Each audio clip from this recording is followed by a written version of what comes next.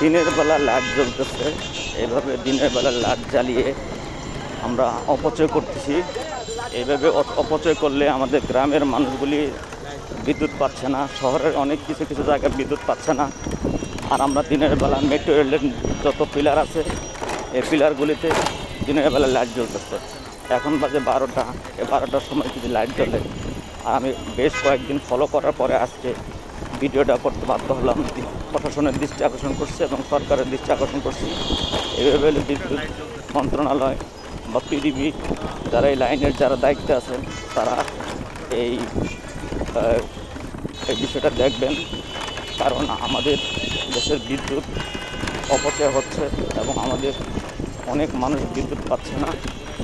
সকলে যেন বিদ্যুৎ পান এবং অপচয় আমরা না করি, সেগুলি দিকে আমরা নজর রাখি।